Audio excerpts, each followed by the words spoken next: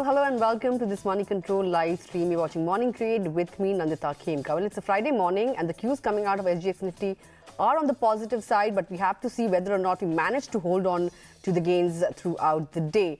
Well, over the next 30 minutes, we'll be talking about what to do with SBI after a strong set of numbers in the fourth quarter, what earnings came out post-market hours, and of course, the street verdict on stocks like IndiGo as well as ITC. And we'll also be telling you about the earnings that you can expect during the course of the day today. And of course, we'll also be getting your stock-related queries answered by a technical expert on the show. So if you have any queries, send them in to us on our YouTube feed and we will have them addressed by our expert. But before we do all that, let's take a look at the top stories at this hour. Wall Street rallies on signs of progress over a deal to raise the US debt limit. Stocks gained for the second straight session to hit levels not seen since August last year. Asian markets opened largely higher with the Nikkei hitting its highest since 1990, in fact, while the SGX Nifty is indicating at a higher start for the Indian market. Crude prices slip about 2%. Brent trades near $76 a barrel as the dollar climbs to a two-month high on expectations of further Fed rate hikes following resilient US economic data for the month of April. IndiGo parent Interglobe Aviation posts a profit of more than 900 crore rupees in Q4 thanks to higher demand for air travel. Revenue rises 75% compared to a COVID-hit Q4 last year. Margins come in above 20%. Well, also watch out for earnings from JSW Steel, NTPC and Zomato later today.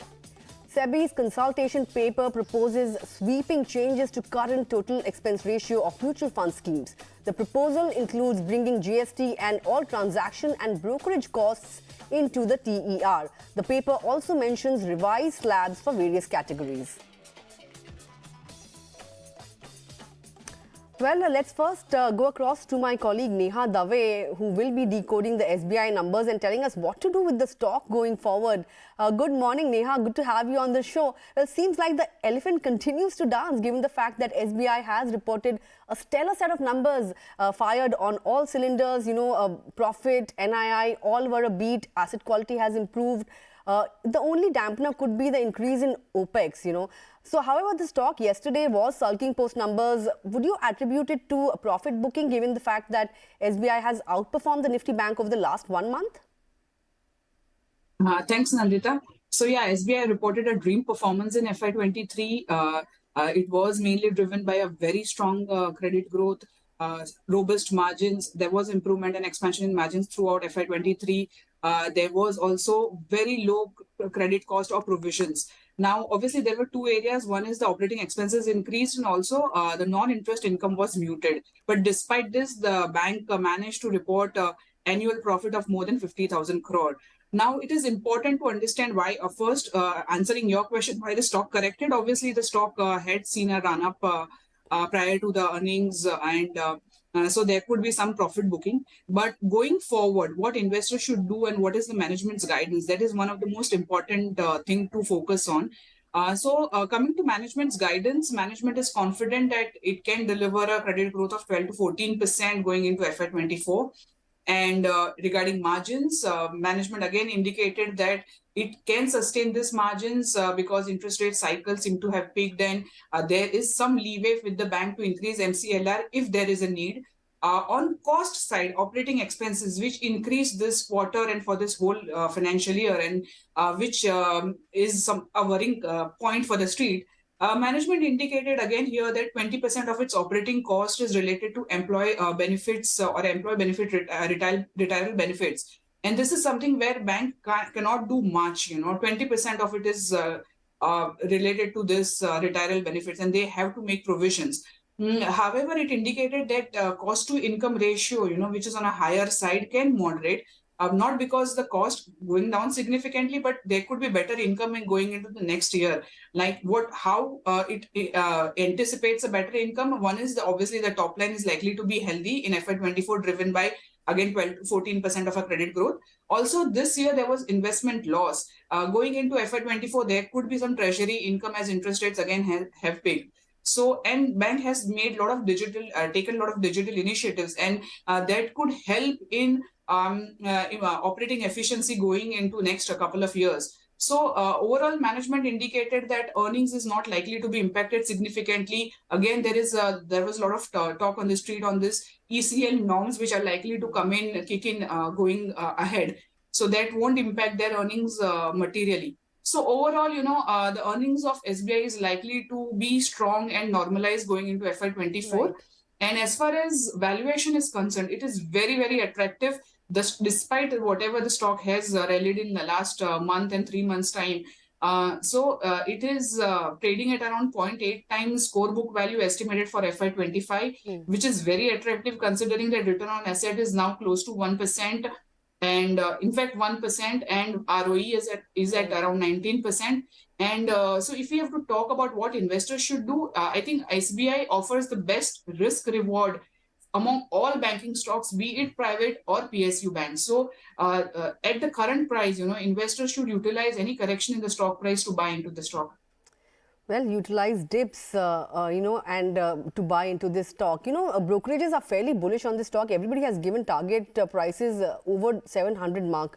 But if you look at other PSU banks, all of them have actually done pretty well in the quarter gone by. Any other stocks looking attractive aside of SBI in the PSU banking lot? So in general, PSU banks have been reporting good set of numbers since last 1 year. Primarily thanks to the macros also, and because the books have been clean. But among all the PSUs, investors should only focus on SBI. And there is one very specific reason for this. That is, SBI is gaining market share despite its size. And if you look at the other public sector banks, they are losing market share in terms of deposit and advances.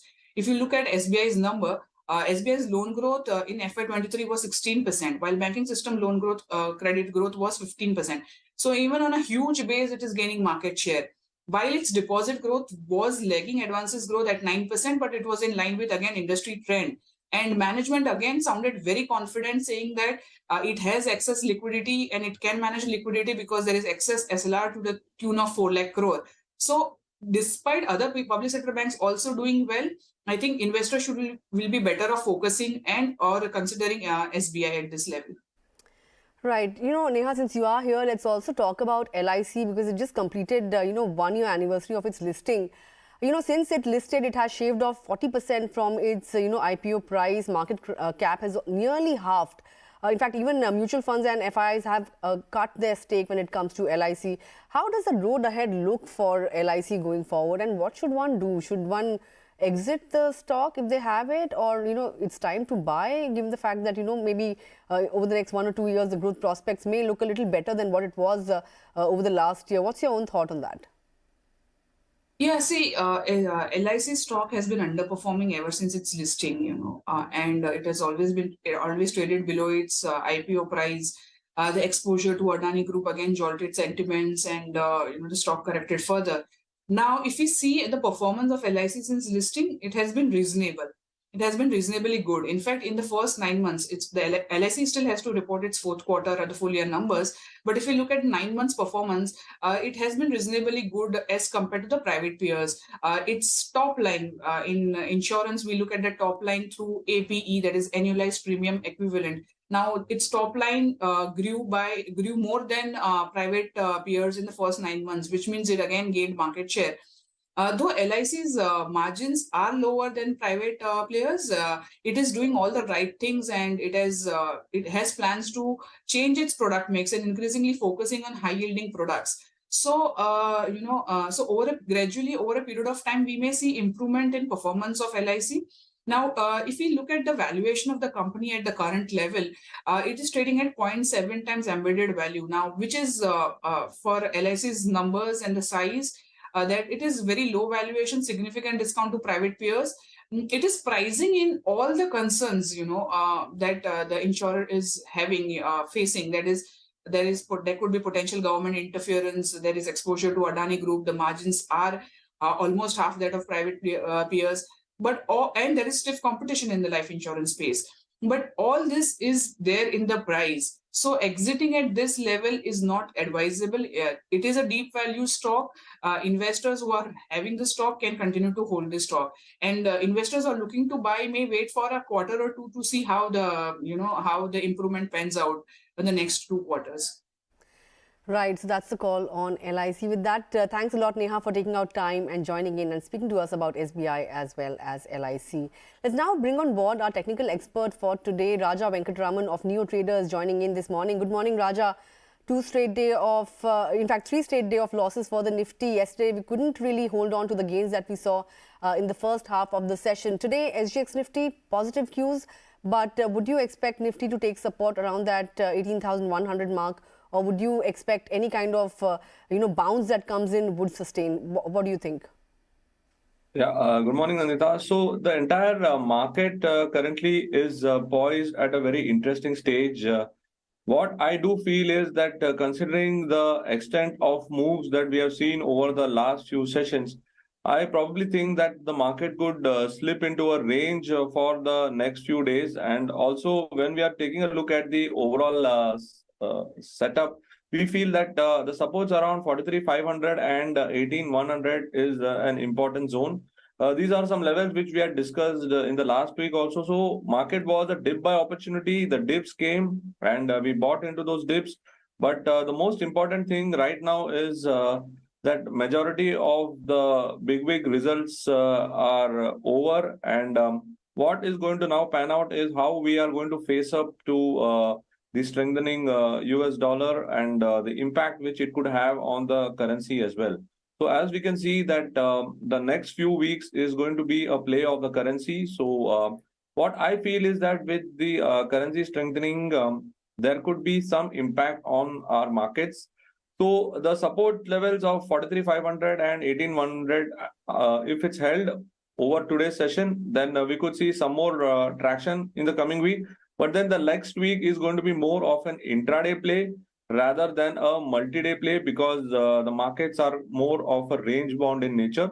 So those who are participating should look to participate on either side of the market.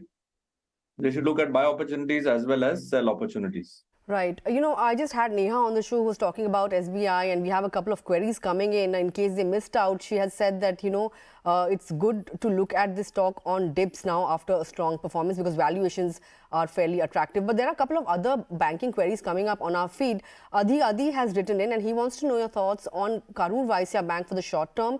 And we also have Saujanya who wants to know your thoughts on Axis Bank. So these two counters, how should one play them now? Private banks have been doing fairly well. They have outperformed vis-a-vis the Nifty private bank index rather has outperformed versus the index. So any dips should be used to accumulate these counters just like SBI? Yeah, so like how we just spoke earlier, every stock is witnessing some correction here and between Karur Vysya Bank and SBI, I would prefer to go with SBI because the movement in the PSU banks are much better. And if you'd like to participate in the market, there is a good dip which has come in SBI. So in the region of around 560 to 565, it would be a good opportunity to enter SBI. Right, so that's the call. And Axis Bank, Raja? Axis Bank has been in a mix and match scenario. The overall momentum is definitely positive. But then what I feel in Axis is that the private bank space, like you rightly said, has not really moved as expected. So right now what I'm seeing is a profit booking scenario emerging and it could give a dip towards the region of around 890. So that would be a good zone to buy into Axis Bank. Right, so that's the call on the banking pack. Hope that answers your queries. Let's shift focus to the stock of the day. For me, that's going to be IndiGo, given the fact that it has reported a stellar set of numbers. I don't know whether the stock will skyrocket in trade or not, but profits have come in at 900 crore vis-a-vis losses of 1600 crores in the last quarter. In fact, in the last year, same quarter, basically, on a YY basis. And revenue has been up 76%. Margins have come in double digits, somewhere around 20.9% vis-a-vis 2.1% on a YY basis. If you look at the management commentary, pretty bullish. They have said that, a large amount of cash will be deployed on growth and they are looking to double over the next 7 years or thereabouts. And if you look at the brokerage commentary, pretty positive. Morgan Stanley and JP Morgan have overweight rating on the stock, and target price varies, in fact ranges from 2,700 rupees to 3,120 rupees or thereabouts. Raja, what's your own view on the stock? We saw the stock going up quite a bit when that entire Go First saga broke out. And now, over the last 1 month, the stock has gained 15%. Given the fact that, the Go First saga is still playing out, would you expect this stock to hit levels of 3,000 in the next 5 to 6 months?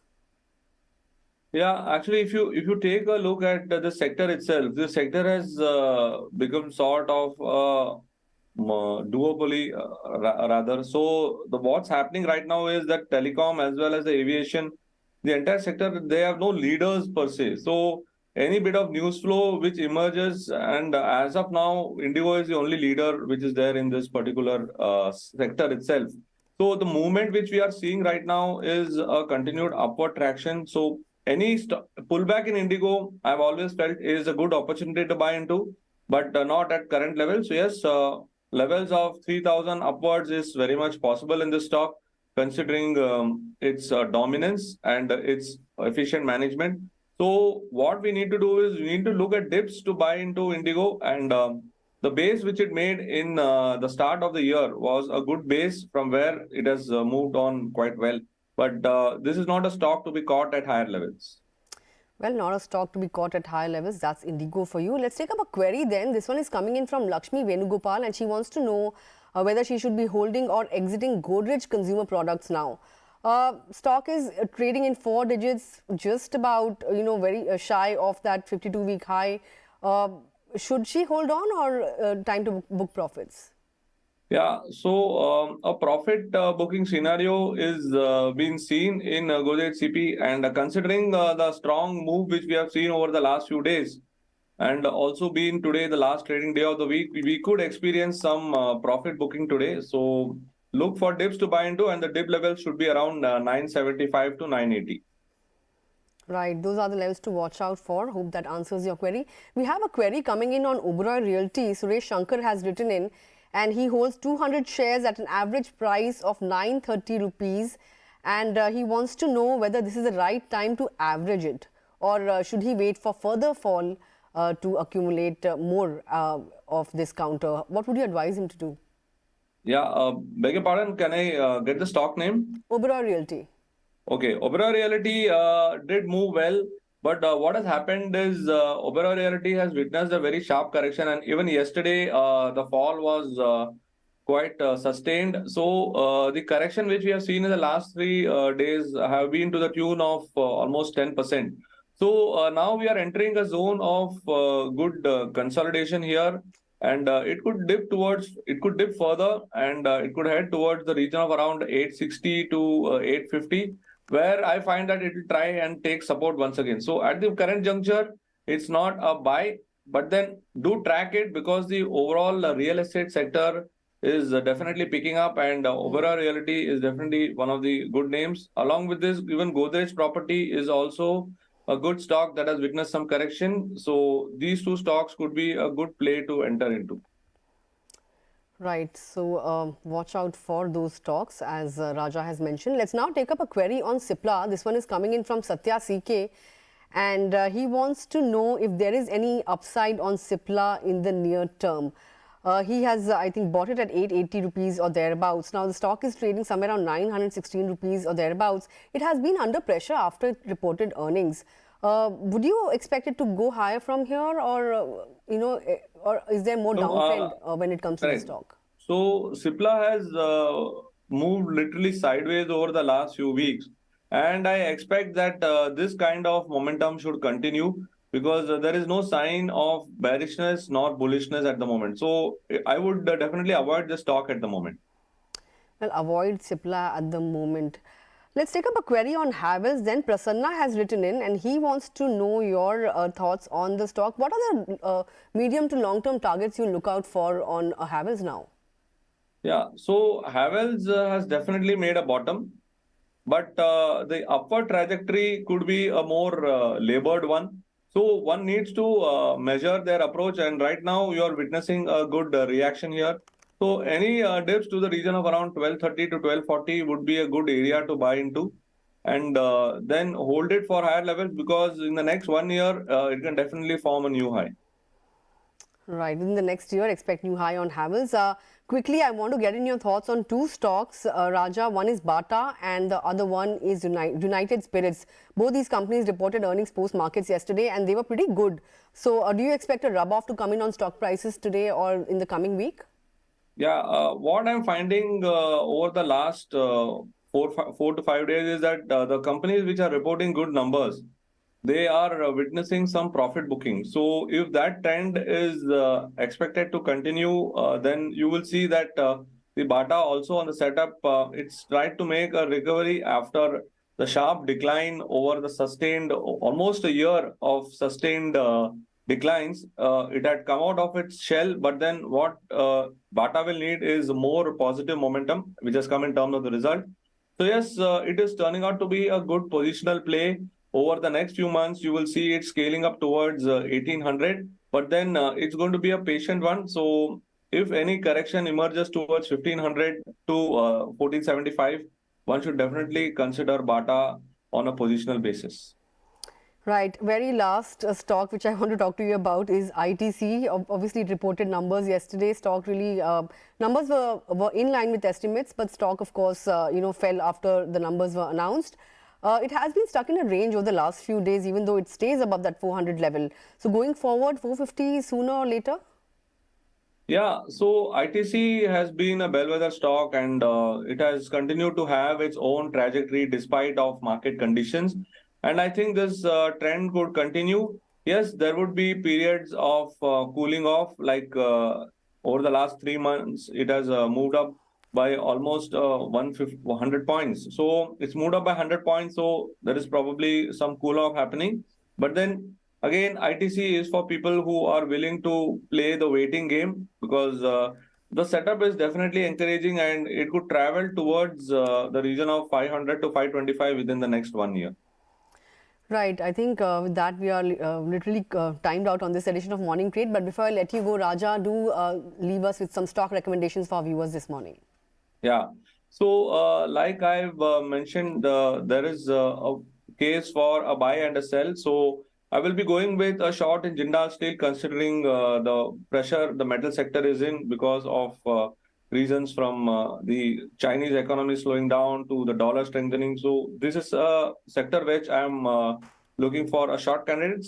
I'm selling Jindal Steel at current levels with a stop loss at 532 for a target of 515. And 525. 525 and 515, 515 and 505 are the two targets. Right. So those were the recommendations coming in from Raja. But thanks a lot, Raja, for taking out time and joining us this morning and addressing all of your queries as well. To our viewers, before I let you go, remember, Zomato will be reporting earnings today. Losses are likely to narrow in Q4 and revenues are likely to be tepid on a quarter-on-quarter basis. So watch out for that. The stock has been fairly upbeat over the last 1 month. It has gained somewhere around 17%. So watch out for this counter in trade today. Well, with that, it's a wrap on this edition of Morning Trade. Thanks a lot for watching, but stay tuned because coming up next is Opening Bell.